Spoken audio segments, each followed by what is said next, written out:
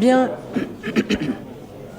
je déclare la séance ouverte. Je salue les membres du Conseil, les représentants des services, le public et la presse, et je vais procéder à l'appel des membres. Donc, Monsieur Jean-Pierre Delrieux. Présent. Madame Chantal Bouillet. Présent. Monsieur Patrick Guillon. Présent. Madame Fabienne Chardini. Présent. Monsieur Tristan Deric. Présent. Madame Diane Bidouillet. Présent. Monsieur Warren Naroué. Présent. Madame Françoise Suvet. Présent. Monsieur Marc Zézel. Présent. Madame Pascale Servant. Présent. Monsieur Michel Fong. Pardon. Madame Janine Bajon. Présent. Madame Vaïmoé Albanaise. Présent. Madame Isabelle Lafleur. Présent. Monsieur Nicolas Brignone. Présent. Madame Cindy Pralon. Présent. Monsieur Philippe Blaise. Alors, Madame Naïa Watéou est absente et donne procuration à Madame Baroni. Monsieur Luc Brun. Présent. Madame Valérie Larocque. Présent. Monsieur Christophe Delessert. Madame Charlotte Taïaoué va arriver avec un petit peu de retard. Monsieur Sacha Benisti. Présent. Madame Stéphanie Païman. Présent. Madame Karine Cornaille. Présent. Monsieur Alexandre Machefoul. Présent. Monsieur Bruno Capi. Présent. Madame Twilogona O'Connor. Présent. Monsieur Marc Lelézour. Présent. Madame Anne-Christine Chimanti. Présent. Madame Kimberley Baroni. Monsieur Christophe Delière est absent et donne procuration à Monsieur Delrieux. Madame Lorraine Cassagne est absente et donne procuration à Madame Bajon. Monsieur Michel Desmeuses. Présent. Madame Christine Belay. Présent.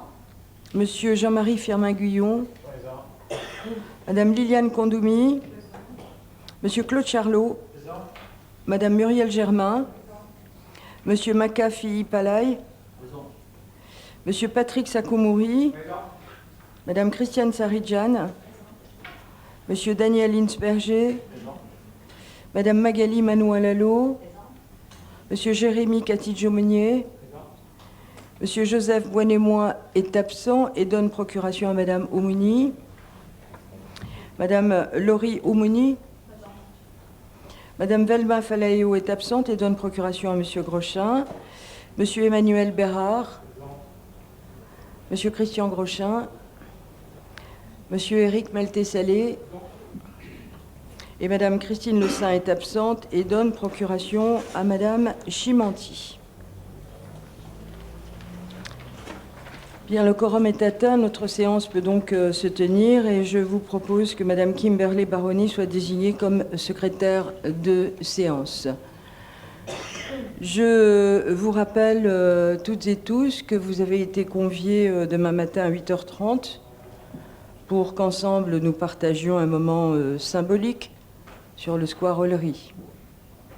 Alors cette invitation me permet, devant le Conseil, de rappeler quelques instants l'histoire du square Ollery afin que le Conseil comprenne au mieux ce moment.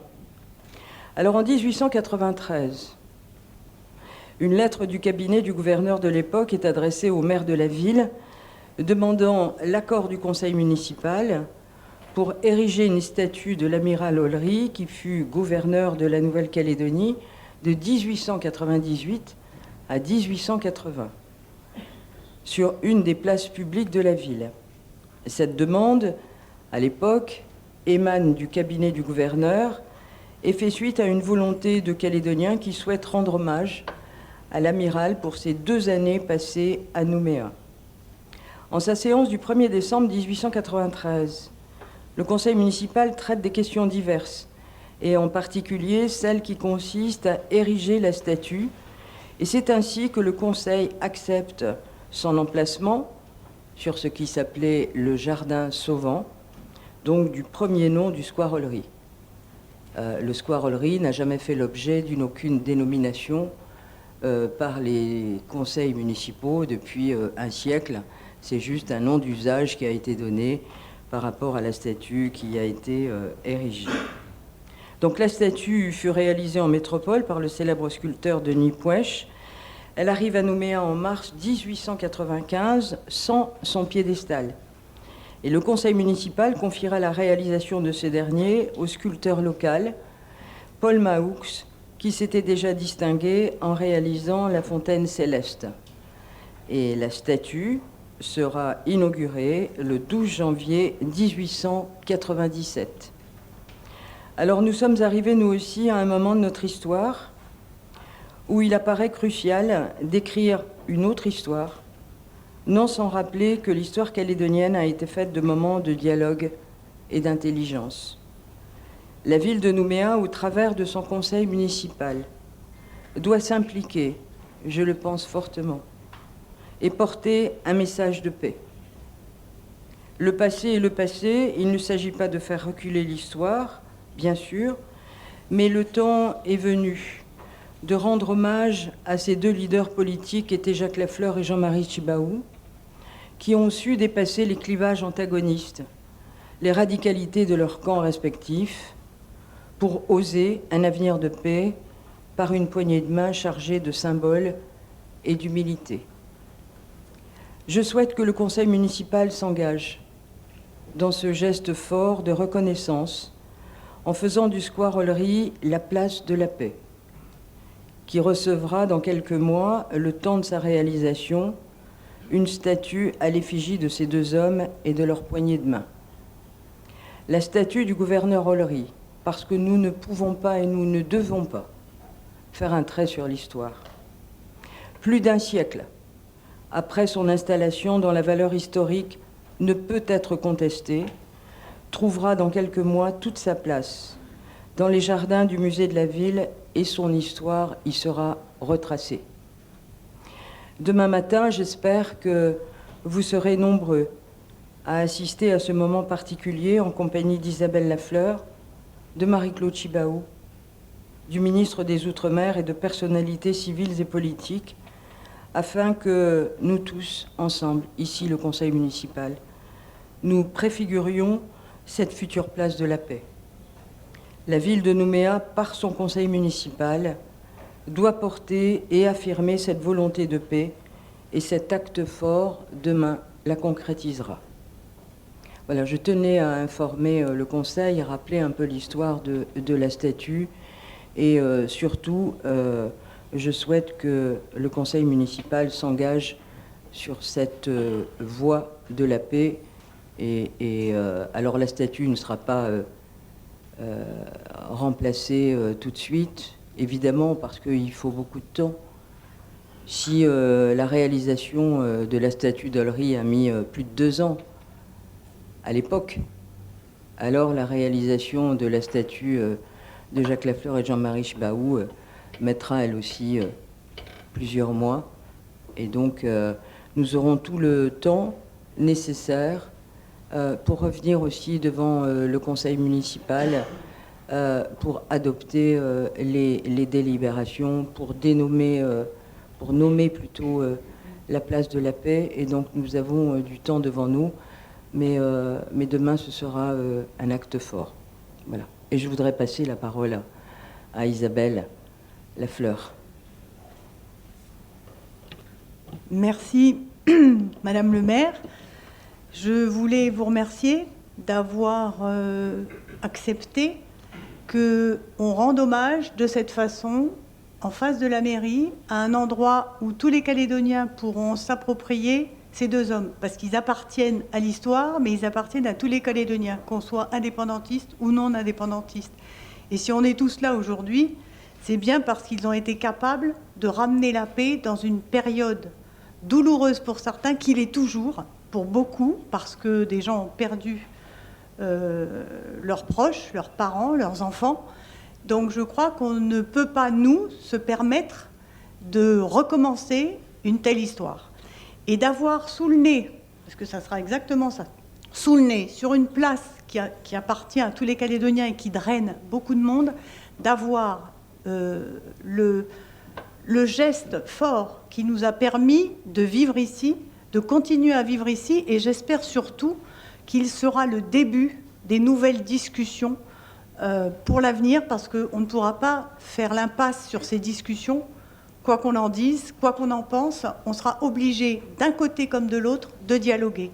et de les avoir sous le nez, parce que j'espère qu'on va pouvoir suivre l'évolution, et je sors d'une réunion avec le sculpteur, qui sera là demain et qui pourra donner tous les renseignements à qui veut le savoir.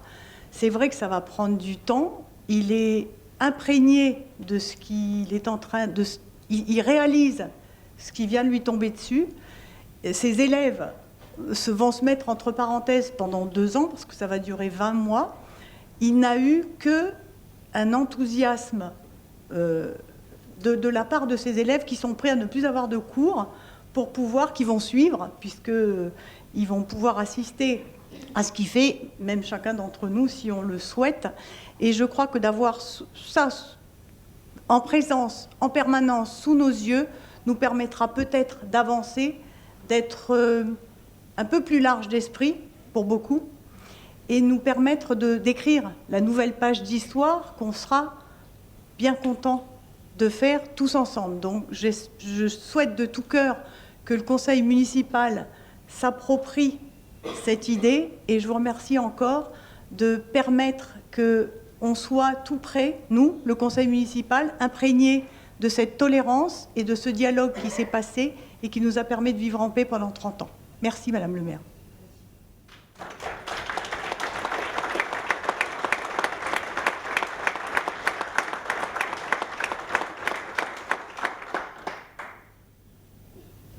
Bien. Alors nous allons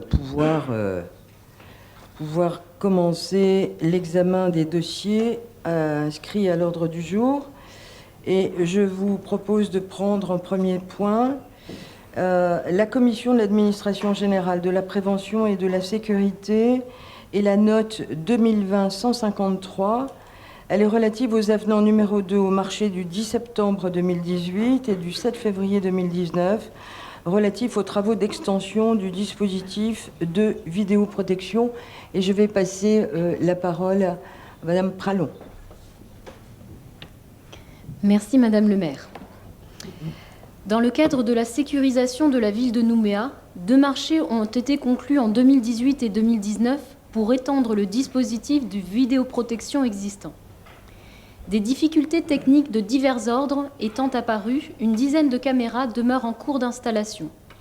Il est donc proposé au conseil municipal d'habiliter le maire à signer les avenants numéro 2 dans chacun de ces marchés afin de substituer au diagramme de Gantt initial une version actualisée. Après la lecture de la note explicative de synthèse, la discussion est ouverte et donne lieu aux indications ci-après. Le secrétaire général informe M. Déric que le diagramme de Gantt est un rétroplanning prévoyant les différentes tâches à exécuter et leur délai de réalisation. Il indique ensuite à M. Bérard que cette prolongation n'a pas d'impact budgétaire. Il est précisé que le montant du marché conclu avec la société Sécu-Système est de 50 millions de francs et que celui attribué à la société Cégélec est estimé à 35 millions de francs. Sur les articles 1 à 4 des 2 projets de délibération, pas d'observation ni d'opposition. Avis favorable de la commission à l'unanimité. Bien, je vous remercie. Dans la discussion générale, nous avons 2 délibérations, excusez-moi. Nous allons prendre la première délibération qui autorise la signature de l'avenant numéro 2 au marché du 10 septembre 2018 relative aux travaux d'extension du dispositif de vidéoprotection. Dans la discussion générale, y a-t-il des observations?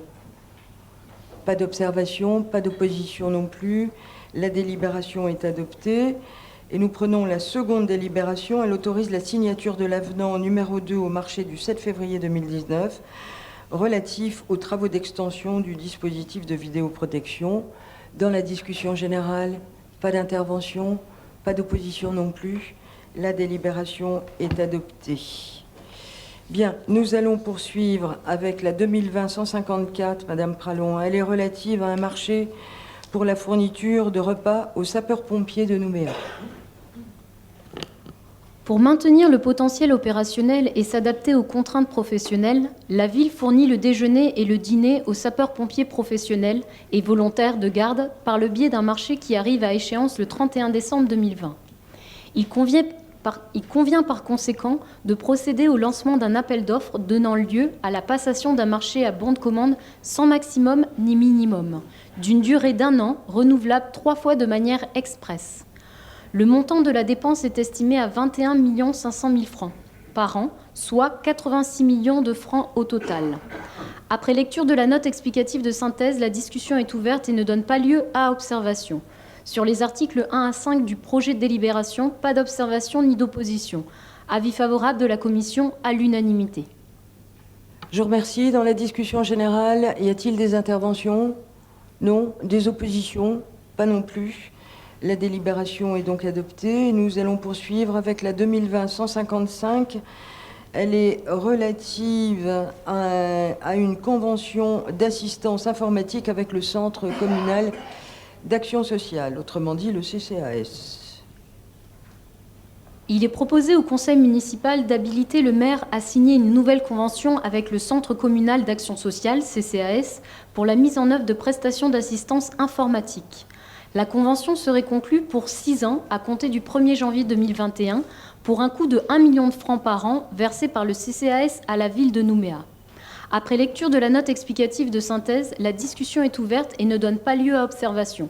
Sur les articles 1 à 3 du projet de délibération, pas d'observation ni d'opposition. Avis favorable de la commission à l'unanimité. Merci. Dans la discussion générale, quelqu'un souhaite intervenir? Non. Des oppositions? Il n'y en a pas non plus. La délibération est adoptée. Nous allons passer à la 2020-156. Elle est relative à une convention d'assistance informatique avec la Caisse des écoles. Et on poursuit. Il est proposé au conseil municipal d'habiliter le maire à signer une nouvelle convention avec la Caisse des écoles, CDE, pour la mise en œuvre de prestations d'assistance informatique. La convention serait conclue pour 6 ans à compter du 1er janvier 2021 pour un coût de 1 million de francs par an versé par la CDE à la ville de Nouméa. Après lecture de la note explicative de synthèse, la discussion est ouverte et ne donne pas lieu à observation. Sur les articles 1 à 3 du projet de délibération, pas d'observation ni d'opposition. Avis favorable de la commission à l'unanimité. Merci. Dans la discussion générale, des observations? Pas d'observation, pas d'opposition. La délibération est adoptée. Nous passons à la 157. Elle est relative à la signature d'un marché pour l'émission et la livraison des titres repas. Le marché de clientèle pour l'émission et la livraison des titres repas arrive à échéance le 21 décembre 2020. Afin de permettre la poursuite de ce dispositif, il convient de conclure un nouveau marché pour les années 2020 à 2023. Le montant annuel du marché est estimé à 140 millions de francs, compte tenu des dépenses réelles de 2018 à 2020. Après lecture de la note explicative de synthèse, la discussion est ouverte et ne donne pas lieu à observation. Sur les articles 1 à 5 du projet de délibération, pas d'observation ni d'opposition. Avis favorable de la commission à l'unanimité. Bien, dans la discussion générale, pas d'observation, pas d'opposition, la délibération est adoptée. Nous prenons maintenant la 158, elle est relative à des ajustements organisationnels de la direction de la culture, du patrimoine et du rayonnement. Pour tenir compte de l'évolution de certaines missions des services de la direction, il est proposé au conseil municipal d'approuver des ajustements organisationnels de la direction de la culture, du patrimoine et du rayonnement. Après lecture de la note explicative de synthèse, la discussion est ouverte et ne donne pas lieu à observation. Sur les articles 1 à 4 du projet de délibération, pas d'observation ni d'opposition. Avis favorable de la commission à l'unanimité. Bien, je vous remercie, Madame Pralon. Dans la discussion générale, y a-t-il des observations? Il n'y a pas d'observation, il n'y a pas d'opposition non plus. La délibération est adoptée. Et nous passons à la 159, elle est relative à des ajustements organisationnels au sein de la direction de la vie citoyenne, éducative et sportive. Afin de répondre au mieux aux évolutions de certaines missions de la direction, et plus particulièrement celles portées par le service municipal des sports et le service de la vie citoyenne, il est proposé au conseil municipal d'approuver des ajustements organisationnels de la direction de la vie citoyenne, éducative et sportive. Après lecture de la note explicative de synthèse, la discussion est ouverte et donne lieu aux indications ci-après. En ce qui concerne le service de la vie citoyenne, le secrétaire général en charge du pôle vie locale précise que l'ajustement organisationnel proposé prévoit de fixer à 21 h au lieu de 22 h la présence sur site d'agents municipaux pour la réception des corps afin de tenir compte des usages constatés. Par ailleurs, la majorité des pompes funèbres, le Médipôle et la clinique Kwendo Magnin sont désormais équipés de caissons frigorifiques permettant la conservation des corps jusqu'à l'admission à la morgue aux horaires d'ouverture. Madame le maire indique à Monsieur Bérard que les aménagements d'horaires n'ont pas d'impact sur les salles de veille qui ferment à 20 h depuis plusieurs années et qu'une éventuelle extension d'horaires serait difficile à mettre en œuvre. Madame Oumouni précise que ce sont les gestes coutumiers qui prennent du temps et qu'une heure de veille supplémentaire aurait été confortable, notamment pour les personnes éloignées de Nouméa, mais ajoute que les familles se sont aujourd'hui organisées. Madame le maire ajoute que les horaires de la morgue et des veillées ont fait l'objet de compromis avec les agents de la morgue dont le métier est difficile, tant ils sont confrontés au quotidien avec la tristesse des administrés. Sur les articles 1 à 5 du projet de délibération, pas d'observation ni d'opposition. Avis favorable de la commission à l'unanimité. Bien, je vous remercie, Madame Pralon. Madame Oumouni, vous avez souhaité prendre la parole. Oui, merci, Madame le maire. Alors, je me permets de prendre la parole au nom d'Unité Pays concernant notre demande d'élargissement des horaires d'ouverture de la morgue jusqu'à 22 h au lieu des 20 h qui courent actuellement. Nous vous avons rencontré pour cela au mois de juillet et vous aviez accepté le principe, demandant à vos services d'en étudier la faisabilité. Au cours de la commission d'administration générale de la prévention et de la sécurité du 12 octobre, vous avez annoncé que l'élargissement des horaires ne serait pas possible. Vous ou certains conseillers de la majorité nous avez donné diverses raisons. La difficulté de faire partir la population, le manque de financement, l'impact sur la santé psychologique des agents de la morgue municipale, l'horaire océanien qui n'est pas facile à gérer. En notre qualité d'élus, nous pouvons entendre ce discours. En notre qualité d'administrés, nous pouvons le comprendre. Mais en notre qualité de Kanak ou d'Océanien, ce discours reste difficile à assimiler. Tout simplement parce que dans notre culture, il existe 3 moments essentiels que nous marquons par nos pratiques culturelles et sociales. La naissance, le mariage et la mort. Le décès d'un être cher entraîne la mobilisation d'une famille, d'un clan, d'une chefferie. Cela entraîne de facto la nécessité d'avoir du temps pour réaliser dans le respect les coutumes inhérentes de chacune des branches qui composent cette société clanique. Nos coutumes nous rappellent quels sont les liens hiérarchiques qui nous unissent, et ce sur une dizaine de générations. Une large partie de nos protocoles coutumiers se déroulent à la morgue durant la veillée. Depuis la réduction des horaires d'ouverture à 20 h, le temps manque à nos populations. Et cela est inadmissible dans un tel moment cérémoniel. Vous n'êtes pas sans savoir que Nouméa est la plus grande tribu de notre beau pays.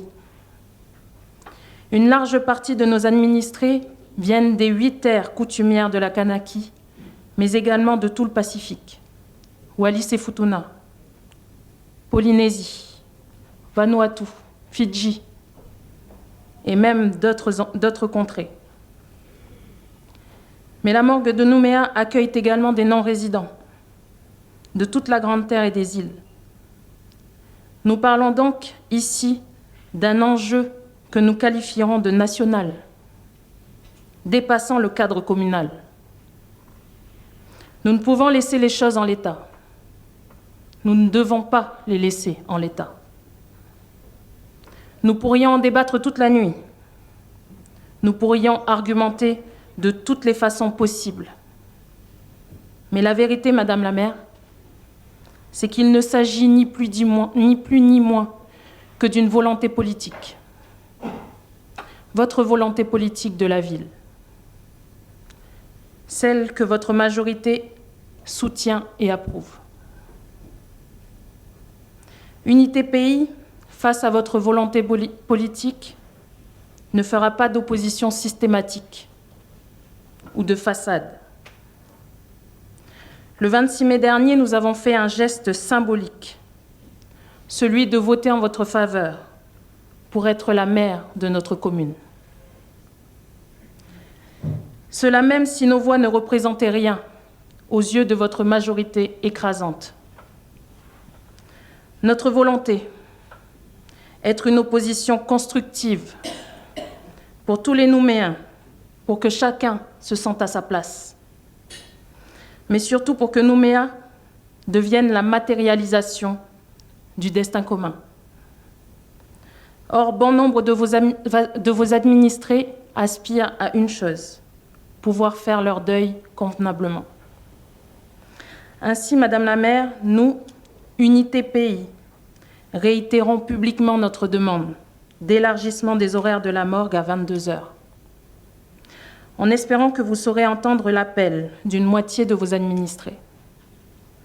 Car on ne peut pleinement proclamer une devise telle que liberté, égalité, fraternité, et nier ce qui fait l'identité même des femmes et des hommes de la capitale océanienne. Unité Pays sera toujours là pour vous le rappeler. Merci beaucoup, Madame le maire. Très bien, merci Madame Oumouni. Je vais juste vous rappeler ce qui s'est dit dans mon bureau avec Monsieur Boine et moi. Je conteste aucunement ce que j'ai dit. Je lui ai dit que j'allais voir ce que nous pourrions faire. Alors j'ai consulté les services. Il faut savoir que la morgue, elle ferme à 20h depuis 2009. Nous n'avons pas, je ne me défausse pas en disant ça, mais nous n'avons pas instauré, pendant l'ancienne mandature, une fermeture plus tôt de la morgue. Ça appartient à un exécutif d'avant. Et si cet exécutif d'avant a décidé de la fermeture en 2009 à 20h, c'est qu'il y avait des raisons. Moi, je peux comprendre tout ce que vous avez dit. Mais entre ce que vous avez dit et la gestion d'une collectivité, les deux choses ne sont pas tout à fait les mêmes. Nous avons du personnel à la morgue. Alors, si demain, on décidait de laisser ouvert plus tard, il faut savoir que la morgue qui ferme à 20h pour le public, en réalité, ferme à 21h, parce que le personnel est encore là pendant 1 heure. Si demain on dit au personnel, vous allez rester jusqu'à 21h ou jusqu'à 22h, ça veut dire qu'ils vont travailler jusqu'à 23h. Et que ça pose un problème de roulement de personnel. Et que si jamais il fallait créer des équipes pour pouvoir assumer des horaires plus longs, ça voudrait dire qu'il faudrait qu'on embauche encore des gens. Et nous ne pourrions pas, aujourd'hui, en l'état actuel des choses, parce que nous aurions les syndicats contre nous, de faire travailler les gens trop longtemps. Donc ce sont des équipes qui tournent. Et c'est bien là le problème. Vous n'êtes pas sans ignorer les difficultés financières qui sont celles de toutes les collectivités aujourd'hui, y compris celles de la Nouvelle-Calédonie, où les ressources diminuent de partout. Et que ça fait 3 ans ici que nous n'avons pas créé de poste, parce que nous sommes obligés de faire... nous sommes contraints à ne pas développer plus qu'aujourd'hui notre fonctionnement. Et donc ça veut dire que nous ne créons pas d'emplois. Donc si demain il faut créer des équipes nouvelles pour pouvoir assumer plus longtemps les heures à la morgue et pour pouvoir assumer au mieux le deuil que vous avez exposé et que je peux comprendre pour les populations océaniennes, il ne s'agit absolument pas d'une restriction sans avoir compris les choses. Cette restriction, elle vient tout simplement qu'il faut qu'on gère au mieux le personnel. Et là, nous avons récemment d'ailleurs eu des discussions parce que les gens trouvaient que eh bien, les horaires n'étaient pas aussi adaptés qu'ils le voulaient, c'est-à-dire qu'il y avait des contraintes et que le travail qui est exécuté par les gens de la morgue est un travail difficile. Nous avons des gens aujourd'hui qui travaillent à la morgue que nous sommes obligés de replacer dans les services. Parce que ça fait longtemps qu'ils travaillent là et psychologiquement, ils n'en peuvent plus. Donc il faudrait qu'on embauche. C'est ça que je voulais vous dire, Madame Oumouni. Moi, je ne ferme pas le dialogue. Je ne l'ai jamais fermé, vous le savez. Mais ces contraintes, elles s'imposent à nous aujourd'hui. Ce que je propose, c'est que vous ayez un contact avec le directeur, M. Alan Boufnech.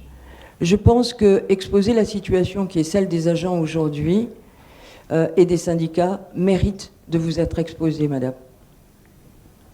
Je souhaite que vous en parliez. On pourra toujours en reparler ensemble. Je ne ferme pas la porte. Mais aujourd'hui, avec les équipes en place, c'est extrêmement difficile d'envisager des ouvertures plus tardives. Voilà ce que je voulais vous dire. Mais moi, je n'ai pas pour habitude de rompre les débats et de prendre des positions radicales juste comme ça, sans comprendre les choses. Et je sais que vous le savez. Je vous remercie, Madame le maire, et nous aussi. On est prêts au dialogue. Monsieur Darouet. Donc, juste pour peut-être compléter ce qui a été dit par Madame la maire, je pense aussi ce qui est intéressant, c'est de voir aussi peut-être, avoir avec nos services, peut-être une étude avec les administrés et les services. Mais à l'heure actuelle, je ne pense pas qu'il y ait de plainte. Et on n'a pas reçu de plainte. Et par rapport à la morgue, c'est vrai qu'on oublie que voilà, c'est une morgue publique. À la fois, on s'est adapté aussi par rapport à ces horaires-là de 20h. Et souvent dans la pratique, on dit 20h, mais c'est jusqu'à 20h20. Et on parlait peut-être sur une touche coutumière. C'est vrai que lorsqu'on va à la morgue publique, en fait, finalement, on fait le strict minimum en faisant la coutume. La vraie coutume, justement, se passe après dans les maisons ou les lieux consacrés pour justement accompagner les paroles devant les familles endeuillées, pour accompagner justement la mort et porter les familles endeuillées. Donc sur cette note coutumière, je pense qu'on a pu s'adapter. Peut-être avoir une étude de faisabilité, enfin pas de faisabilité, mais peut-être par rapport à nos administrés s'il le faut, mais à l'heure actuelle, je pense qu'on s'est adapté. Et peut-être aussi l'autre contrainte que je pense, c'est au niveau sanitaire, par rapport au fait des passages des populations qui viennent et qui vont. Et c'est vrai que si on élargit aussi, c'est pour la putréfaction des corps. Donc pour ces raisons-là, je pense qu'il faut vraiment peut-être voir une étude, à la fois avec notre personnel administratif et les familles endeuillées, s'il y a eu des plaintes, mais il n'y a pas eu de plainte. Je ne sais pas si notre Monsieur Boufnech peut le dire ou pas. Juste avant que Monsieur Boufnech prenne la parole, je voudrais juste intervenir. Donc, moi, je pense que c'est normal qu'il n'y ait pas de plainte. C'est tout à fait normal, Warren. Donc, tout simplement parce que nos familles, elles sont en deuil. Et ça ne va pas être la première chose auquel elles vont penser. Donc, quand tu expliques que, effectivement, les familles s'organisent pour faire une partie de la coutume et ensuite retourner chez elles, donc c'est ça. C'est ça que les familles, elles ont fait pour s'adapter. Elles se sont adaptées aux contraintes imposées par le conseil municipal peut-être de 2009. Mais ça n'a rien à voir avec le fait d'aller déposer des plaintes. Alors, à l'heure actuelle, les gens se plaignent, mais ils ne vont pas aller déposer plainte ou venir faire un courrier à la mairie pour dire pourquoi les horaires ne vont pas jusqu'à 22h. C'est de l'émotionnel, actuellement. Et les coutumes, actuellement, lorsqu'elles se font à la morgue, c'est des tickets et c'est des numéros que les gens prennent. Ça veut dire qu'on perd le sens de la coutume. Les gens, quand ils sont appelés par un numéro. Alors qu'on est représenté par un clan, on est représenté par un nom de famille. C'est toute une histoire. Et quand je parle de lien hiérarchique, c'est tout ça. Et la coutume, c'est ça. C'est nous rappeler de nos liens hiérarchiques, par la famille, par le clan, par les chefferies. C'est toute une structure. Mais aujourd'hui, la coutume, elle s'est adaptée à l'administratif. Donc je suis d'accord qu'il y a peut-être un audit à faire auprès des administrés. Mais on ne peut pas dire que les gens, parce qu'il n'y a pas eu de plainte, c'est un système qui leur correspond. Merci. Bien, très bien. Donc nous allons clore le débat et donc Madame Oumouni, Monsieur Bouffnech va prendre rendez-vous avec vous de façon à ce que vous puissiez en parler. Très bien, donc j'interroge, la discussion générale me semble terminée, sauf à ce que quelqu'un d'autre prenne la parole. Non. Y a-t-il des oppositions? Oui, monsieur... Non, je ne vous ai pas compris, monsieur Catillo-Monnier. Vous voulez la parole? Non. Non. Je pensais que le vote était ouvert. Ah, le vote est ouvert. Je suis un homme rapide, pardon. Le vote est ouvert. Donc, et vous vous abstenez? Nous nous opposons. Ah, vous vous opposez. Très bien. J'interroge le Conseil. Y a-t-il d'autres oppositions? On s'opposera aussi. Très bien. Monsieur Bérard? Je l'avais dit d'une autre manière dans la commission. C'est la remarque qui est faite. Donc, au vu de l'argumentaire qui est annoncé, on s'alignera. Nous voterons comme unité pays, donc on s'opposera à la... Vous vous opposez aussi.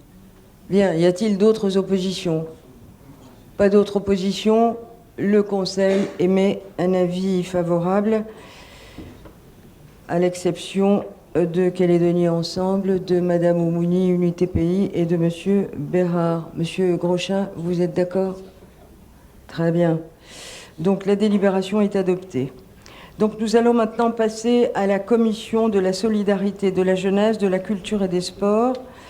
Je vais demander à Madame Kandoumi de nous faire la lecture des notes explicatives de synthèse en l'absence de Monsieur Boinet-Moi.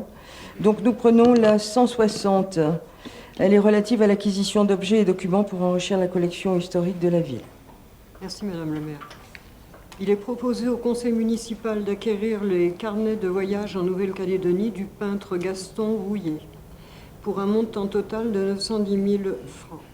Ces manuscrits inédits, complétés par divers documents concernant l'artiste, sont appelés à rejoindre la collection historique de la collectivité afin d'être conservés et préservés pour les générations futures, mais également valorisés par leur présentation lors de publications et d'expositions dans les musées municipaux.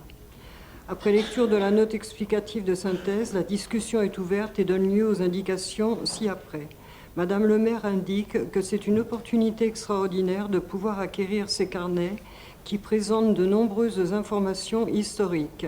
Elle précise à Monsieur Catillo-Monnier que l'estimation de l'expert confirme la juste valeur de cette œuvre par rapport au marché mondial. À la demande de Monsieur Bérard, elle précise que ces carnets seront conservés au musée de la ville pour être traités, puis mis à la disposition du public dans le cadre d'une exposition à la maison Higginson. Elle confirme à Monsieur Catillo-Monnier que les carnets seront numérisés pour permettre une diffusion la plus large possible. Sur les articles 1 à 4 du projet de délibération, pas d'observation ni d'opposition. Avis favorable de la commission à l'unanimité. Merci Madame Kandoumi. Dans la discussion générale, y a-t-il des observations? Pas d'observation, pas d'opposition.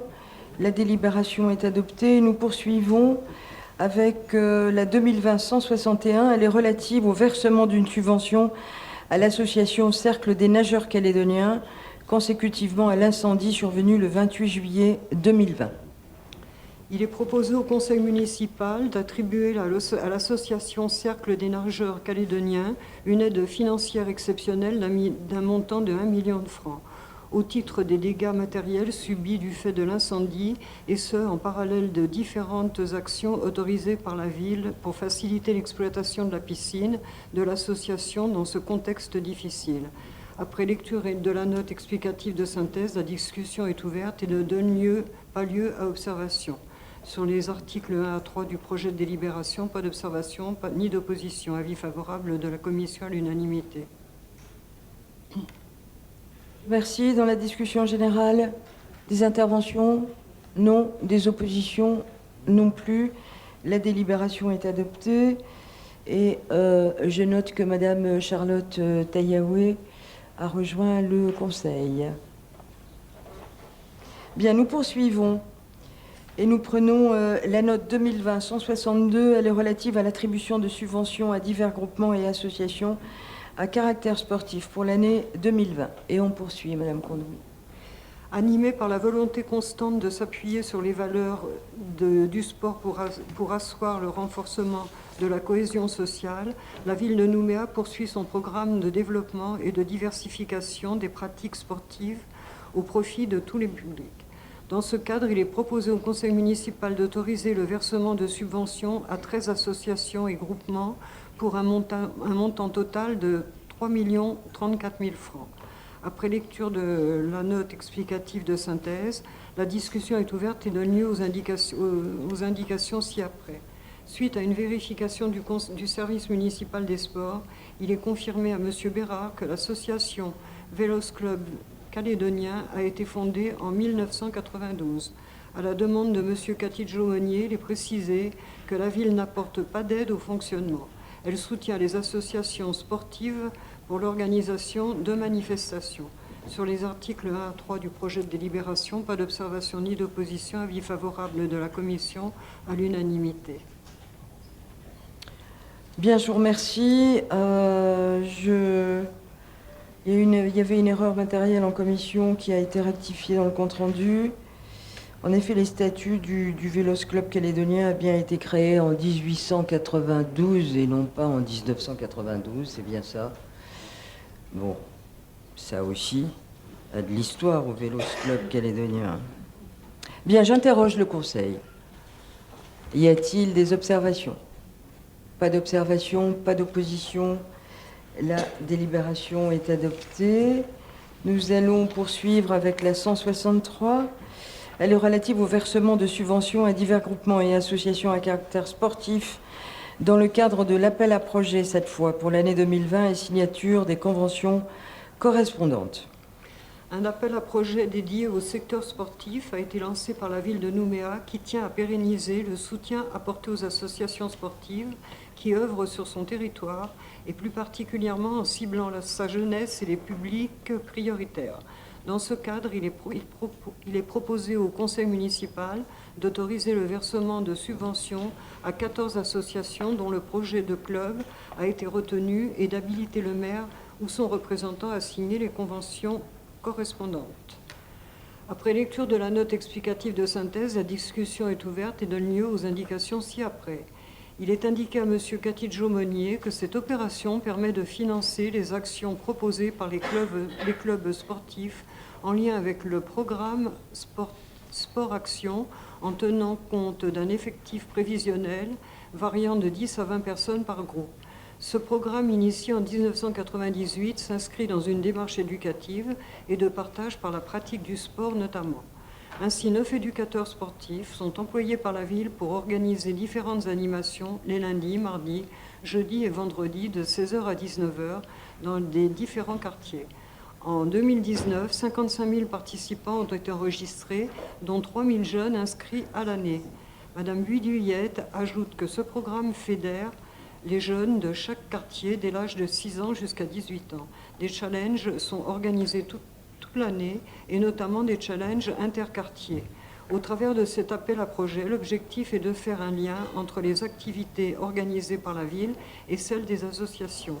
Madame Bouillet indique à Monsieur Bérard que l'association calédonienne de boxe intervient directement au centre d'accueil Les Manguiers dans une salle consacrée uniquement à cette activité intéressant plutôt un public féminin. Sur les articles 1 à 4 du projet de délibération, pas d'observation ni d'opposition, avis favorable de la commission à l'unanimité. Merci Madame Condoubi. J'interroge le Conseil. Y a-t-il des observations dans le cadre de la discussion générale? Il n'y en a pas. Des oppositions? Il n'y en a pas non plus. La délibération est adoptée. Et nous allons passer à la 164. Elle est relative au versement de subventions à divers clubs omnisports de la ville de Nouméa pour l'année 2020 et signature des conventions correspondantes. Et on poursuit. La ville a décidé de reconduire une partie de l'opération Club Omnisport pour l'année 2020 en se focalisant sur 3 critères, à savoir la présence de 3 sections obligatoires au sein de l'association, l'existence de sections supplémentaires et le nombre de licenciés. Dans ce cadre, il est proposé au conseil municipal d'autoriser le versement de subventions aux 7 associations dont le projet de club a été retenu et d'habiliter le maire ou son représentant à signer les conventions correspondantes. Après lecture de la note explicative de synthèse, la discussion est ouverte et ne donne pas lieu à observation. Sur les articles 1 à 5 du projet de délibération, pas d'observation ni d'opposition. Avis favorable de la commission à l'unanimité. Bien, dans la discussion générale, quelqu'un souhaite intervenir? Non. Des oppositions? Non plus. La délibération est adoptée. Nous allons passer à la 165. Cette fois, elle est relative à une convention avec la province Sud concernant l'opération de développement de l'Internet, ODI 5, pour la prise en charge des outils numériques des écoles publiques de Nouméa et attribution de la subvention correspondante pour l'année 2020. Afin de favoriser l'égalité des chances et lutter contre l'échec scolaire, la ville s'est engagée depuis 2006 dans un partenariat avec la province Sud qui a pour l'objectif de permettre à un maximum d'écoles de bénéficier des ressources multimédia qu'offre Internet, l'utilisation raisonnée des technologies de l'information et de la communication pour l'enseignement TICE devant concourir à la réussite scolaire de tous. Le partenariat avec l'OD 14 s'achevant en 2019, il est proposé au conseil municipal d'autoriser le maire ou son représentant à signer avec la province Sud la convention relative à l'opération de développement de l'Internet pour la prise en charge des outils numériques des écoles publiques de Nouméa. D'une durée de 4 ans, elle pourra être renouvelée par tacite reconduction pour 2 ans, soit une échéance maximale en 2025. Après lecture de la note explicative de synthèse, la discussion est ouverte et ne donne pas lieu à observation. Sur les articles 1 à 5 du projet de délibération, pas d'observation ni d'opposition, avis favorable de la commission à l'unanimité. Merci. Dans la discussion générale, quelqu'un souhaite intervenir? Non. Des oppositions? Non plus. La délibération est adoptée. Et nous prenons la dernière note de cette commission, qui est la 2020-166. Elle est relative à des demandes de dérogation au principe du repos dominical. Dans le cadre de la réglementation relative au repos hebdomadaire fixé par le Code du travail de Nouvelle-Calédonie, des dérogations au principe du repos dominical peuvent être accordées par arrêté du gouvernement de la Nouvelle-Calédonie après avis du conseil municipal, de la Chambre de commerce et d'industrie de Nouvelle-Calédonie ou de la Chambre des métiers et des organisations syndicales d'employeurs et de salariés de la commune. Dans ce cadre, il est proposé au conseil municipal d'émettre un avis sur 3 demandes de dérogation au principe du repos dominical. Après lecture de la note explicative de synthèse, la discussion est ouverte et donne lieu aux indications ci-après. Suite à une nouvelle sollicitation de la Direction du travail et de l'emploi du gouvernement de la Nouvelle-Calédonie, il est proposé de modifier la note explicative de synthèse et la délibération pour tenir compte de la demande de la Banque de Nouvelle-Calédonie.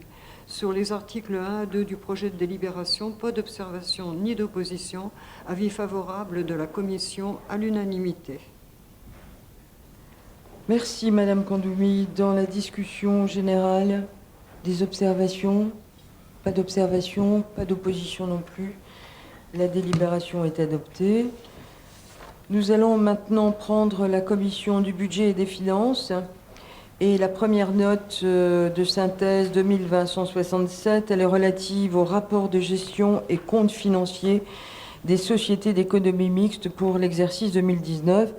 Et je vais passer la parole à Madame Anne-Christine Chimanti, rapporteure de la commission, pour nous donner la lecture des travaux qui s'y sont tenus. On y va. Merci Madame le maire. Donc, conformément à la législation en vigueur, le conseil municipal doit se prononcer chaque année sur les états financiers qui lui sont présentés par ses représentants au sein des conseils d'administration des sociétés d'économie mixte locale dont la ville est actionnaire, à savoir la CECAL, la SODEMO, la SEMAGLO et la SEM de Tima.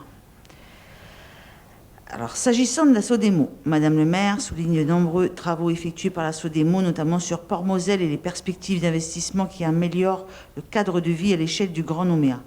Monsieur Darasson confirme ensuite à Monsieur Bérard que le déficit de 109 millions observé sur l'année 2019 sera compensé par le résultat positif attendu en 2020.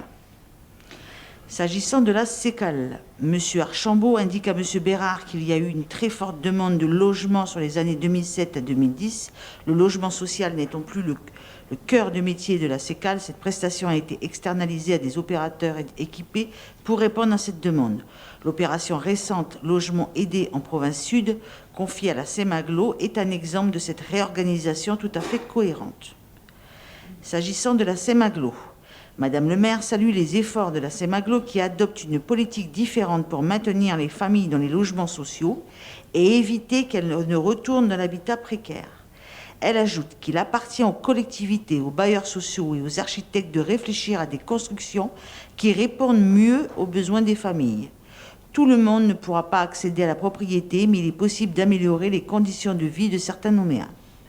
Monsieur Benisti relève que l'augmentation des taux d'impayés et de vacances démontre que la politique menée depuis des années ne fonctionne pas. Il souhaite connaître le nombre total des demandeurs de logement. Monsieur Naturel précise que l'essentiel de la vacance concerne le logement intermédiaire non social dans lequel la SEMAGLO s'est engagée en 2016 en concurrence avec le privé.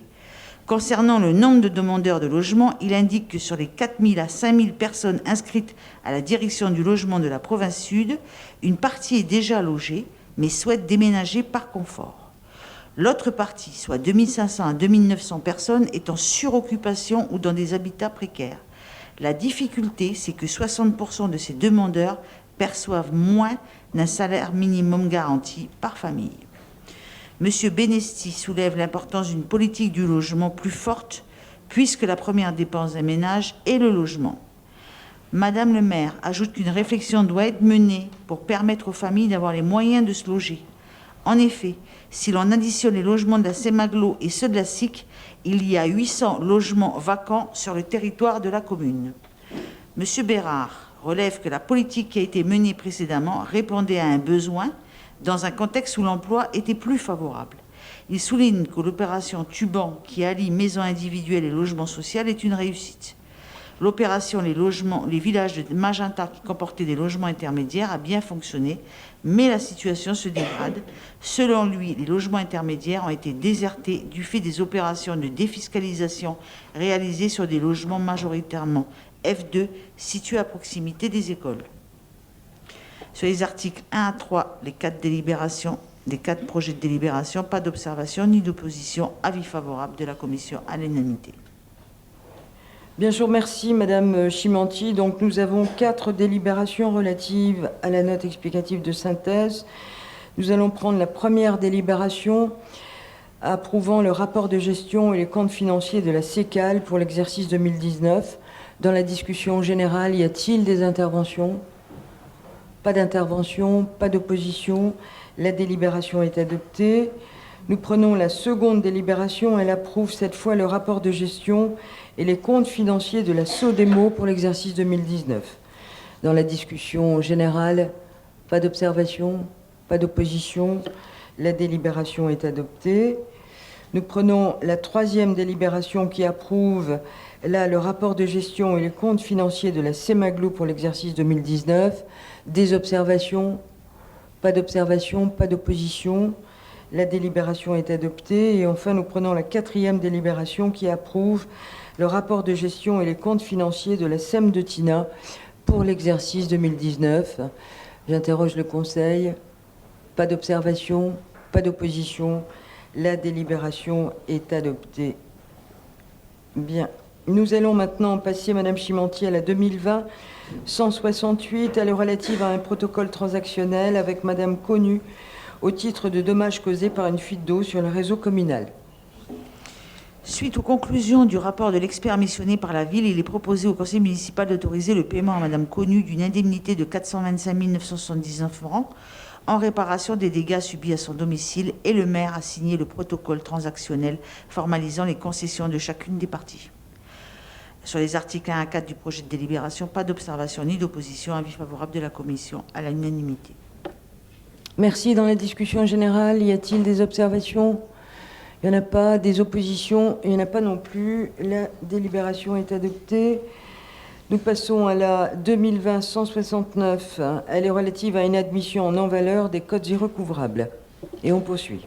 À l'issue des phases de recouvrement, subsiste un certain nombre de titres que le trésorier de la province Sud propose d'admettre en non-valeur, s'agissant de créances détenues par des débiteurs dont le recouvrement est compromis. Pour l'exercice 2020, le trésorier propose d'admettre en non-valeur des créances irrécouvrables relatives à la redevance d'enlèvement des ordures ménagères, de location municipale, de frais funéraires et divers produits communaux pour un montant global de 34 040 186 francs portant sur les années 2012 à 2016. Sur les articles 1 à 3 des deux projets de délibération, pas d'observation ni d'opposition. Avis favorable de la commission à l'unanimité. Bien, nous avons deux délibérations relatives à cette note. Nous allons prendre la première. Elle autorise l'admission en non-valeur des codes irrecouvrables sur le budget principal. Y a-t-il des observations dans la discussion générale? Il n'y en a pas. Des oppositions? Il n'y en a pas non plus. La délibération est adoptée. Nous prenons la seconde délibération. Elle autorise l'admission en non-valeur de codes irrecouvrables sur le budget annexe de la gestion des déchets ménagers. Y a-t-il des observations? Il n'y en a pas. Des oppositions? Il n'y en a pas non plus. La délibération est adoptée. Nous allons maintenant prendre la 2020-170. Cette note est relative à l'attribution d'une subvention à l'Office du tourisme de Nouméa pour l'année 2020 et signature de la convention d'objectifs correspondants. Pour l'année 2020, il est proposé d'attribuer à l'Office du tourisme de Nouméa une subvention de 10 millions pour la mise en œuvre de ses actions. La diminution de 5 millions par rapport au montant versé en 2019 est liée à la forte baisse d'activité de l'Office depuis le début de la crise sanitaire. Madame le maire indique à Monsieur Bérard que l'Office du tourisme n'a pas fermé ni diminué son personnel. Il a quitté le quai Ferry du fait de l'absence de croisiéristes, mais remplit sa mission d'information à Lansvata auprès d'une clientèle nouvelle, à savoir les Calédoniens qui ne peuvent plus voyager hors du territoire. Sur les articles 1 à 5 du projet de délibération, pas d'observation ni d'opposition. Avis favorable de la commission à l'unanimité. Merci. Dans la discussion générale, des observations? Non. Des oppositions? Il n'y en a pas non plus. La délibération est adoptée. Et nous passons au dernier point de cette commission, qui est la note 2020-171. Elle est relative à l'attribution d'une subvention à caractère particulier pour l'année 2020. Et on poursuit, Madame Chimanti. Il est proposé au conseil municipal d'autoriser le versement d'une subvention d'un montant de 50 000 francs dans l'amicale doyenne des anciens combattants de Nouvelle-Calédonie, dont les activités participent au devoir de mémoire et que la commune estime opportun de soutenir financièrement. Sur les articles 1 à 3 du projet de délibération, pas d'observation ni d'opposition. Avis favorable de la commission à l'unanimité. Merci. Dans la discussion générale, des observations sur cette subvention? Non. Des oppositions? Il n'y en a pas non plus. La délibération est adoptée. Et nous allons maintenant passer à la commission de l'aménagement, de l'urbanisme, du développement durable. Et je vais passer la parole à Monsieur Zézel concernant le premier dossier qui est la 2020-172. Elle est relative à un transfert de gestion au profit du Centre communal d'action sociale de la ville de Nouméa, des jardins familiaux de Magenta, situés sur la commune de Nouméa, et adoption du règlement intérieur spécifique à ces jardins. Merci Madame le maire. Il est proposé au conseil municipal d'autoriser le transfert de gestion au profit du CCAS de la ville de Nouméa des jardins familiaux de Magenta, d'habiliter le maire ou son représentant à signer l'avenant numéro 6 à la convention relative aux modalités de ce transfert et d'adopter le règlement intérieur spécifique à ces jardins. Après lecture de la note explicative de synthèse, la discussion est ouverte et donne lieu aux indications ci-après. Madame le maire précise que la ville compte désormais 287 parcelles de jardins familiaux. Sur les articles 1 à 3 des deux projets de délibération, pas d'observation ni d'opposition. Avis favorable de la commission à l'unanimité. Merci. Donc nous avons deux délibérations relatives à cette note explicative de synthèse. Si nous prenons la première, elle porte transfert de gestion au profit du Centre communal d'action sociale de la ville de Nouméa des jardins familiaux de Magenta. Dans la discussion générale, des observations? Pas d'observation, pas d'opposition. Cette délibération est adoptée. Nous prenons la seconde délibération, adoptant le règlement intérieur des jardins familiaux de Magenta. Dans la discussion générale, pas d'observation, pas d'opposition. La délibération est adoptée.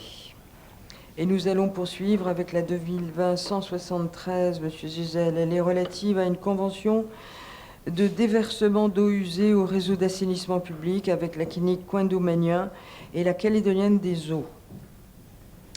Il est proposé au conseil municipal d'habiliter le maire ou son représentant à signer avec la Calédonienne des Eaux et la clinique Coindou-Magnin une convention qui encadre les rejets des eaux usées de cette dernière au réseau d'assainissement public. Après lecture de la note explicative de synthèse, la discussion est ouverte et ne donne pas lieu à observation. Sur les articles 1 à 3 du projet de délibération, pas d'observation ni d'opposition. Avis favorable de la commission à l'unanimité. Je vous remercie. Dans la discussion générale, pas d'observation, pas d'opposition. La délibération est adoptée. Nous prenons la 2020-174. Elle est relative à un marché de fourniture de luminaires et accessoires permettant la transition progressive de l'éclairage public de la ville de Nouméa vers la technologie LED pour les années 2021 à 2024. Et on poursuit. Il est proposé au conseil municipal d'habiliter le maire ou son représentant à signer avec le soumissionnaire qui aura été proposé par la commission d'appel d'offres un marché de fourniture de luminaires d'une durée d'1 an renouvelable 3 fois. Le coût prévisionnel est estimé à 155 millions de francs CFP sur 4 ans. Après lecture de la note explicative de synthèse, la discussion est ouverte et ne donne pas lieu à observation. Sur les articles 1 à 5 du projet de délibération, pas d'observation ni d'opposition. Avis favorable de la commission à l'unanimité. Bien, j'interroge le Conseil. Dans la discussion générale, des observations? Non. Des oppositions? Non plus. La délibération est adoptée. Nous passons à la 2020-175. Elle est relative à l'acquisition gratuite par la ville de Nouméa des lots de voirie des lotissements Balande 1 et 2 à Val-Plaisance et des lots de voirie à la Vallée des Colons appartenant à la société anonyme Figesbal, Société Balande et de leur classement dans le domaine public communal. Il est proposé au conseil municipal d'une part d'autoriser l'acquisition gratuite par la ville de Nouméa de lots 6 section Val-Plaisance et Vallée des Colons constituant des voiries et réseaux et leur classement dans le domaine public communal et d'autre part d'habiliter le maire ou son représentant à signer l'acte à intervenir. La valeur comptable globale des lots est estimée à 247 642 400 francs CFP. Après lecture de la note explicative de synthèse, la discussion est ouverte et ne donne pas lieu à observation. Sur les articles 1 à 7 du projet de délibération, pas d'observation ni d'opposition. Avis favorable de la commission à l'unanimité. Merci. Dans la discussion générale, des observations sur ces voiries? Non. Des oppositions? Non plus. La délibération est adoptée. Nous passons à la 2020-176. Elle est relative à la passation d'un 4e avenant au bail amphithéotique consenti par la ville de Nouméa au profit de l'association L'étrier de Nouméa et cession gratuite de 2 parcelles communales situées section Rivière-Salée au profit de la province sud. Il est proposé au conseil municipal, d'une part, d'autoriser la passation d'un 4e avenant au bail amphithéotique consenti par la ville de Nouméa au profit de l'association L'étrier de Nouméa et la cession gratuite de 2 parcelles situées section Rivière-Salée au profit de la province sud, et d'autre part d'habiliter le maire ou son représentant à signer les actes y afférents. La valeur comptable des 2 parcelles communales devant être cédées à la province sud peut être estimée globalement à 40 millions de francs CFP. Après lecture de la note explicative de synthèse, la discussion est ouverte et donne lieu aux indications ci-après. Il est indiqué à M. Catitcho-Monnier que la parcelle B représente l'assiette de l'ancien bail du Poney Club et un espace vert non aménagé actuellement inclus dans le bail de L'étrier de Nouméa. À ce jour, aucun projet n'est arrêté sur cette parcelle. Madame le maire précise ensuite à M. Boinémois que des baux particulièrement longs ont été consentis avant 2014. À l'échéance de ceux-ci, il sera possible de questionner à nouveau l'utilisation des terrains concernés. M. Bérard ajoute que la durée des baux amphithéotiques administratifs facilite l'obtention de prêts bancaires pour financer les aménagements qui doivent être réalisés par l'occupant et qui reviendront in fine à la ville. Tel est le cas notamment du club de bridge, de l'ACAPA ou encore de l'amicale du Pays Basque Motor. Sur les articles 1 à 5 des 2 projets de délibération, pas d'observation ni d'opposition. Avis favorable de la commission à l'unanimité. Merci. Dans la discussion, oui, mais de toute façon, nous avons 2 projets de délibération. Excusez-moi. Je vous propose de prendre la première délibération. Elle autorise la passation d'un 4e avenant au bail amphithéotique consenti par la ville de Nouméa au profit de l'association L'étrier de Nouméa. Nous arrivons donc à la discussion générale. Y a-t-il des observations sur cette première délibération? Pas d'observation, pas d'opposition. Elle est adoptée. Nous prenons la seconde délibération. Elle autorise la cession à titre gratuit de 2 parcelles communales situées à Rivière-Salée au profit de la province sud. J'interroge le Conseil. Y a-t-il des observations? Pas d'observation, pas d'opposition. La délibération est adoptée. Et nous passons à la 2020-177. Elle est relative au plan de financement des travaux d'installation d'un réseau d'adduction en eau potable et d'eau usée dans la vallée de Sakamoto et sollicitation d'une subvention auprès de l'Office français de la biodiversité, autrement dit OFB. Dans le cadre de l'urbanisation future du quartier de Sakamoto, il est proposé au conseil municipal d'approuver le plan de financement des travaux éligibles au programme d'intervention de l'OFB et d'habiliter le maire ou son représentant à solliciter la subvention correspondante d'un montant de 76 722 472 francs CFP. Après lecture de la note explicative de synthèse, la discussion est ouverte et donne lieu aux indications ci-après.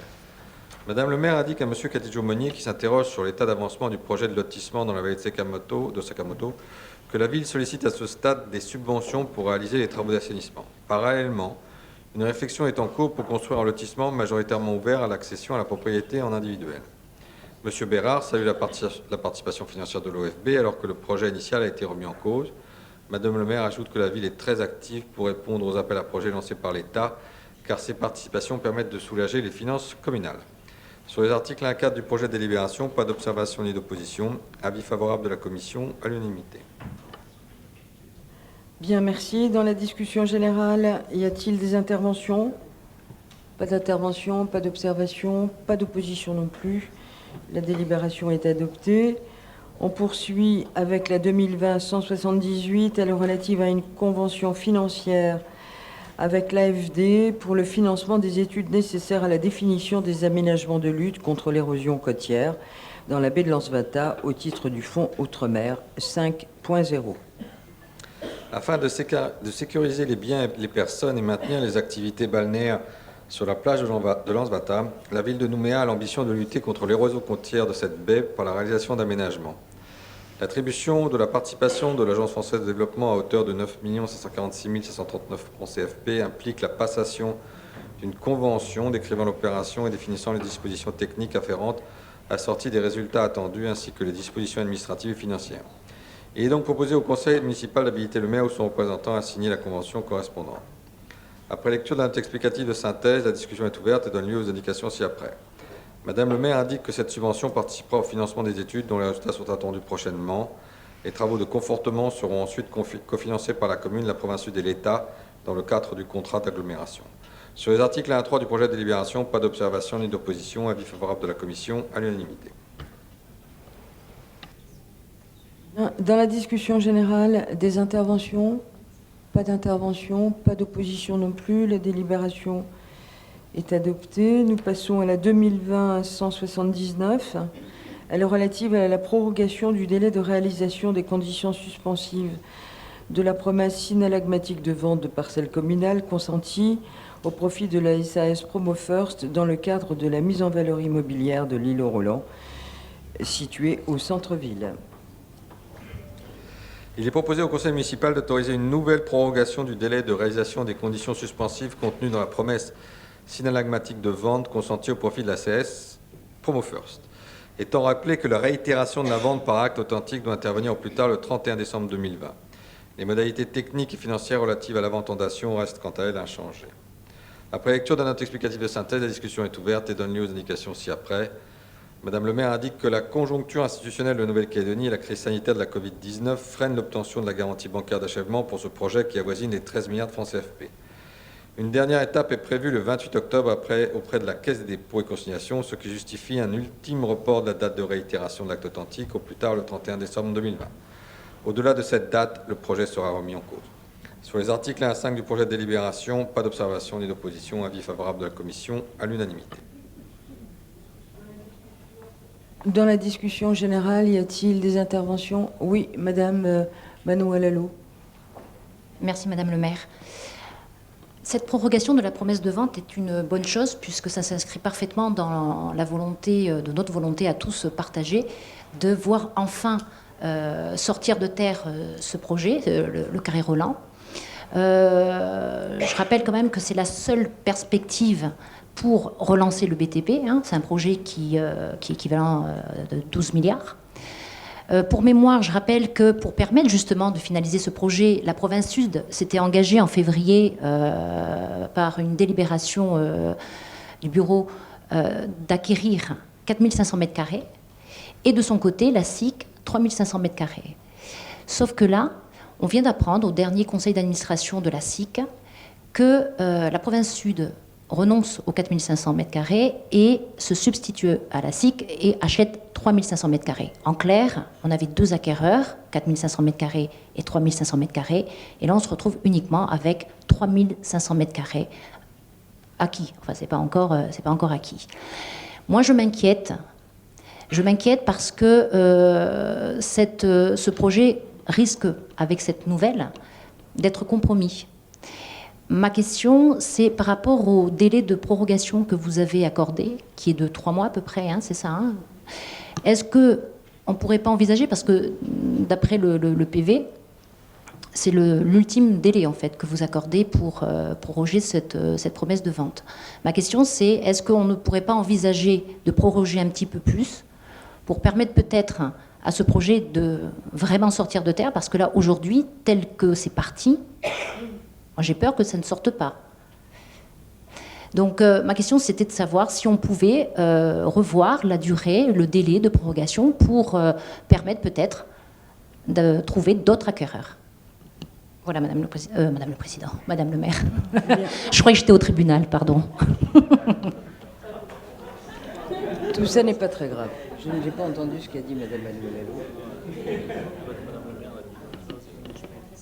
Ouais. Tout ça n'est pas très grave. Je ne suis pas le procureur. Les inquiétudes, il n'y a pas que vous, Madame Manoualalo, qui les avez, parce que nous avons, quand nous sommes arrivés ici en 2014, nous avons repris ce projet, nous l'avons à nouveau porté devant le Conseil après bien des discussions avec les promoteurs. On a toujours pensé qu'il était absolument indispensable que ce projet se fasse dans la ville, au cœur même de la ville, et qu'aujourd'hui, plus que jamais, avec un investissement dont le BTP a besoin, puisque ce projet avoisine les 13 milliards. Moi, je ne sais pas ce qui se passe avec la province, c'est vous qui m'apprenez ça, mais peut-être que Monsieur Blaise pourra nous en dire davantage. Ce qui a été demandé par les promoteurs est bien une prolongation au 31 décembre.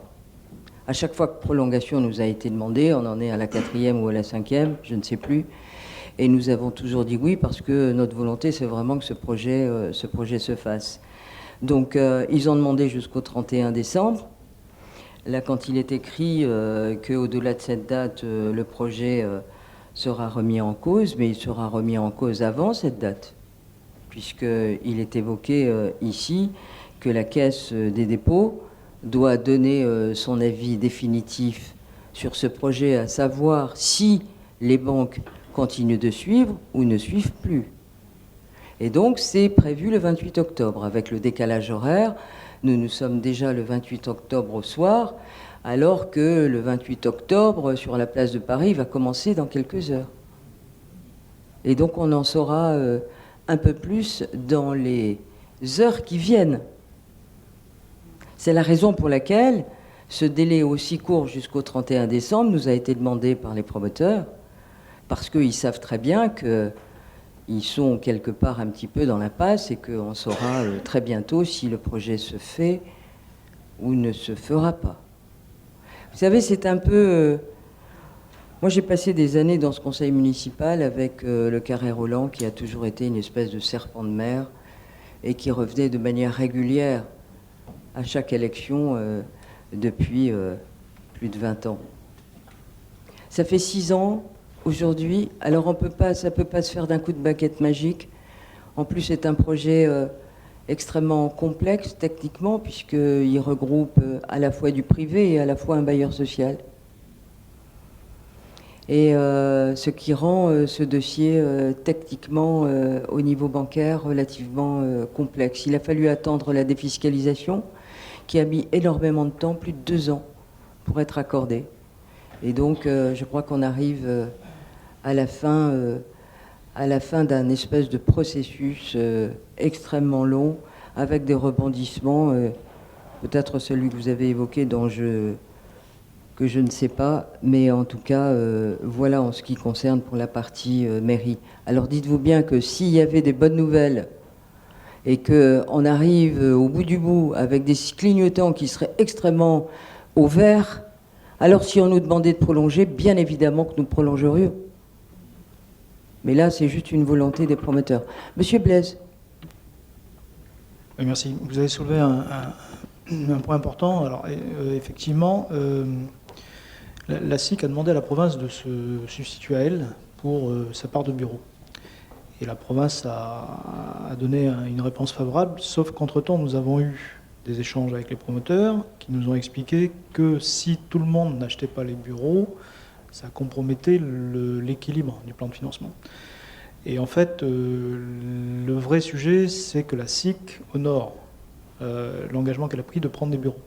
Alors, il y a des discussions sur l'endettement de la SIC, ces choses-là. Donc on a remis ce sujet en discussion chez nous, parce qu'on partage tous le même objectif qui est que ce projet il sorte. Donc si on s'aperçoit qu'effectivement c'est une fausse bonne idée et qu'il faut qu'il y ait une amicale pression partout pour que tout le monde honore ses engagements, on va tâcher de le faire. Donc je ne peux pas vous en dire plus parce que c'est vraiment à l'étude chez nous, on doit prendre des renseignements auprès de différents interlocuteurs, mais on a bien compris la difficulté que soulevait la position qu'on a prise qui en fait ne va pas dans le bon sens. Voilà. Nous aurons l'occasion, bien évidemment, de reparler de ce dossier. Ce qu'on espère tous, c'est qu'il se fasse, bien évidemment. Donc il n'y a pas d'opposition sur la prolongation de cette promesse synalagmatique. Pas d'opposition. Bien, la délibération est adoptée. Et enfin, nous en arrivons à la commission consultative des services publics locaux qui s'est tenue le 28 septembre. Compte tenu de l'importance des échanges qui ont eu lieu en commission et de la transmission de l'ensemble des documents dans les délais réglementaires, je vous propose de ne pas donner lecture du compte-rendu de la commission. J'estime que tout le monde l'a lu et Dieu sait si les discussions ont été denses dans cette commission. Donc le premier dossier qui a été examiné est la note explicative de synthèse 2020-151. Elle est relative à la présentation du rapport sur le prix de la qualité du service public de prévention et de collecte des déchets pour l'exercice 2019. Enfin, je vous confirme que des éléments complémentaires ont été communiqués à l'ensemble des membres de la commission, que tout le monde les a bien reçus. Donc, dans la discussion générale, y a-t-il des observations? Pas d'observations, pas d'opposition. Le conseil municipal a pris acte de ce rapport. Le second point concerne la note explicative de synthèse 2020-152. Elle est relative à la présentation du rapport sur le prix et la qualité du service public de la distribution d'énergie électrique pour l'exercice 2019. Donc, dans la discussion générale, des observations? Pas d'observations, pas d'opposition. Le conseil municipal a pris acte de ce rapport. Le dernier dossier inscrit à l'ordre du jour de cette séance concerne la note explicative de synthèse 2020-180. Elle est relative aux décisions prises par le maire par voie de délégation du conseil municipal. Et ce rapport concerne les décisions prises par délégation du conseil pour la période du 1er janvier 2020 au 30 septembre 2020. Donc, comme vous avez tous bien lu ce rapport, dans la discussion générale, est-ce que vous avez des remarques à formuler? Non. Pas d'opposition. Monsieur Bérard. Monsieur Cathy-Jaumonier, il y en a qui ont bien lu les rapports. Alors, je vous écoute. Moi, j'ai deux questions. Une question très technique. On voit beaucoup de décisions sur de la location de parking. Il y a beaucoup de locations de parking Clémenceau, etc. Donc, je voulais savoir quel était l'objet et pourquoi on loue tant de places de parking près de la mairie. Et ma deuxième question porte, puisque je vois que je présuppose que le 8 rue Quai Ferry, c'est le projet Quai Ferry, et que les lots B05, B06, etc., donc vous commencez à louer un certain nombre de locaux commerciaux. C'est une question plus générale, c'est combien y a-t-il de lots à louer et combien ont été déjà loués au vu de toutes les signatures que vous avez déjà faites, puisque on en a vu, il y en a pas mal. Voilà mes deux questions. Merci, Madame le maire. Bien, sur la deuxième partie de votre question, nous en sommes à presque 80% de location sur les quais ferry. Je ne pense pas me tromper, monsieur le secrétaire général adjoint, en disant ça, à peu près 80%. Donc ça avance et plutôt bien. Concernant la première question sur la location des parkings, en particulier Clémenceau, ça fait des années et des années que la mairie loue des emplacements dans ces parkings à des gens qui travaillent dans le centre-ville et qui ont besoin de louer des parkings, puisqu'il s'agit d'un parking public qui est loué au mois. Et donc, ben voilà, on rend service à des Nouméens qui veulent louer des parkings, et donc on les loue, tout simplement. Et ça date de... il y a bien longtemps. Voilà. Et les gens renouvellent. Souvent, les gens qui travaillent dans les services administratifs proches de Clémenceau, voire dans les commerces alentours. Donc rien de neuf sous le soleil concernant les parkings. Monsieur Bérard, vous avez d'autres questions? Non? Monsieur Cathy-Jaumonier, vous aviez une question? Merci Madame le maire. Oui, j'avais plusieurs questions. Une a déjà été répondue, donc on gagne du temps. La dernière que j'avais, c'était concernant un permis de construire qui a été retiré à la SIC. C'était pour savoir quel projet c'était. Retiré à la SIC? Oui, j'ai l'arrêté 2020. C'est ça, c'est parce que tout simplement, monsieur Cathy-Jaumonier, une fois qu'un permis de construire a été délivré, la commune de Nouméa ne peut pas le retirer. Elle ne le retire qu'à la demande de celui qui l'a demandé. D'accord, très bien, merci. Voilà. Donc si la SIC l'a demandé, ben on l'a retiré. Voilà. Y a-t-il d'autres questions? Pas d'autres questions, monsieur Bérard? Excusez-moi, c'est pour un complément, Madame le maire. Oui. J'ai pas saisi. La mairie loue, de ce que je comprends, c'est la mairie qui loue. Oui. Parking, et ensuite elle les attribue à des gens Non, qui non. travaillent en centre-ville. Non. C'est ça que j'ai pas compris dans votre réponse. Non. Mais c'est pour ça que je demande un complément, parce que je n'ai pas compris votre phrase. Je suis désolé. Non. Je suis pas super La mairie intelligent. possède des places de parking dans le parking Clémenceau. Ces parkings sont à la location. Donc, si vous travaillez dans le coin et qu'il y a une place de parking libre, il vous suffit de contacter la mairie pour dire « Madame le maire, je voudrais bien louer une place de parking. Et si la place est libre, je vous la louerai, monsieur Bérard. » C'est tout simplement ça. Voilà. Bien.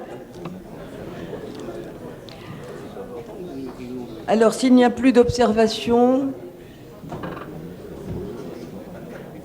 Il n'y a pas d'opposition non plus, dont acte. Donc, monsieur Bérard, pendant que je vous tiens...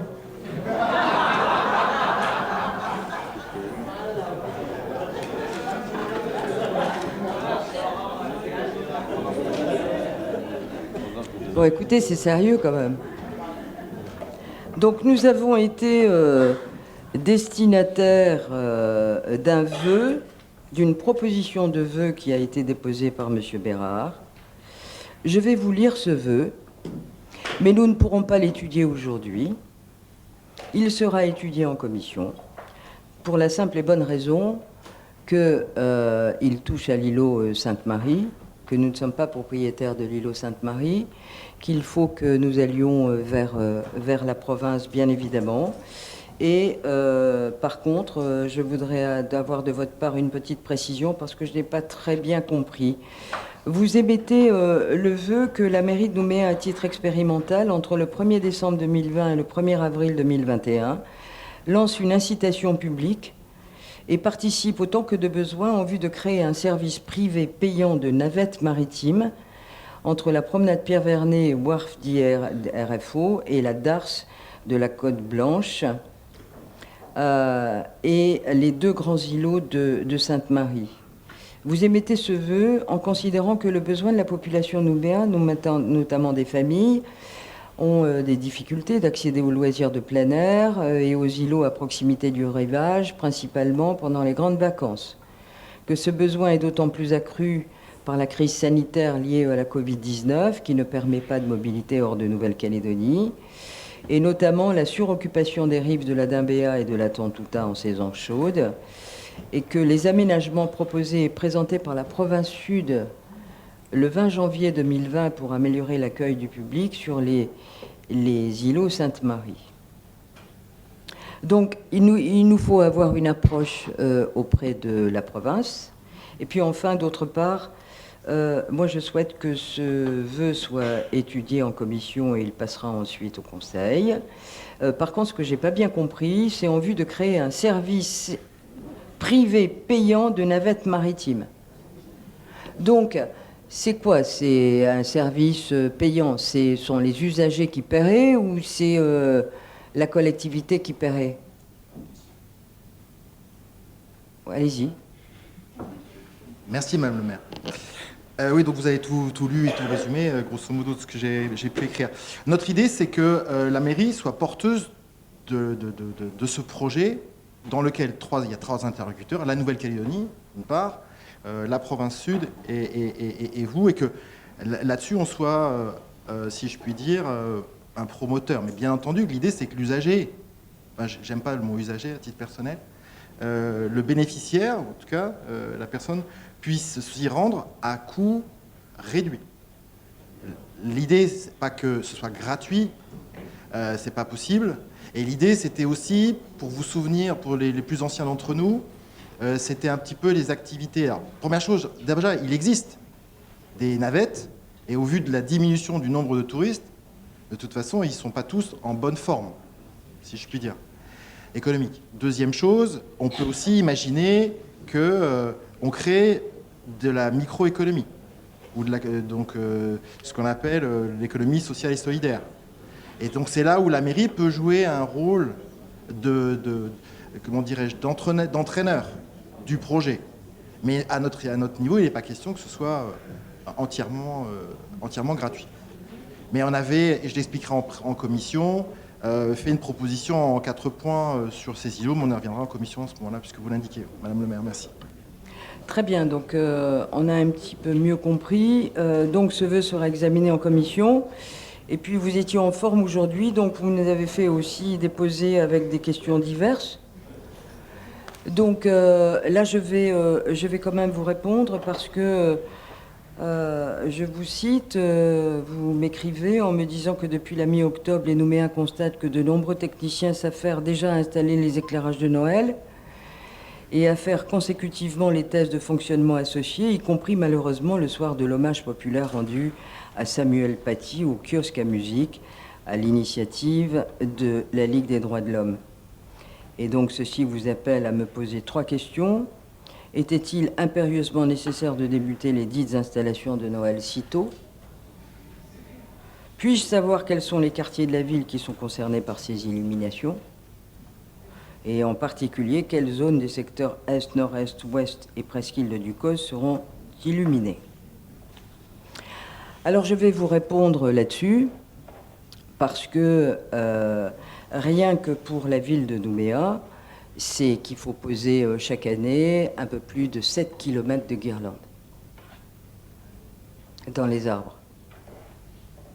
Donc vous voyez que ça ne peut pas se faire comme ça du jour au lendemain, et que ça fait 3 ans maintenant que nous avons décidé de faire la féerie de Noël en 2 temps, c'est-à-dire que nous offrons les lumières dans la ville à partir du 15 novembre, c'est-à-dire dans un petit peu moins de 3 semaines et que la féerie de Noël avec un prestataire commencera cette année le 12 décembre pour se poursuivre jusqu'au 1er janvier. Et pourquoi on a décidé d'éclairer la ville à partir du 15 novembre? Tout simplement pour donner un peu de joie et mettre les gens dans l'ambiance. Et je crois que les temps qui sont les nôtres aujourd'hui sont un peu plus propices à regarder les lumières, et en tout cas on fait grand plaisir aux enfants. Donc sur cette opération, nous ne sommes pas seuls. Ça fait des années maintenant qu'un partenariat a été noué avec EEC.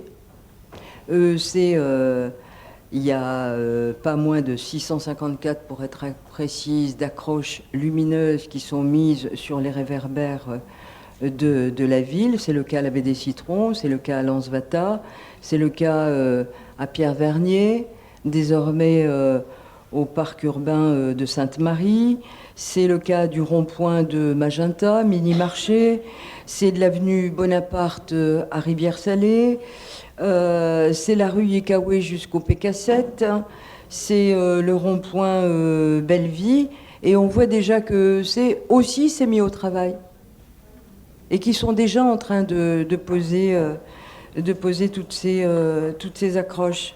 Et nous ne sommes pas les seuls. Voilà, il y a aussi le rond-point Berthelot, le marché de la ville, le rond-point de l'Orphelinat, la rue de l'Alma, l'avenue de la Victoire, Moselle, Ferry, plus toutes les places. Chaque année, on essaie d'aller un peu plus loin. Et donc, ça demande un travail. Nos équipes sont déjà dessus pour pouvoir assurer cette belle fête à nos enfants qui attendent ça avec impatience. Donc nous n'avons pas commencé beaucoup plus tôt cette année que les autres années.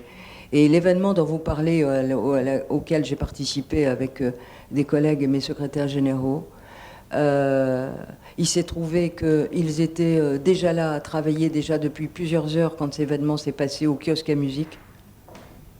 Et que, voilà, on ne dit pas aux équipes partez parce qu'il y a un événement.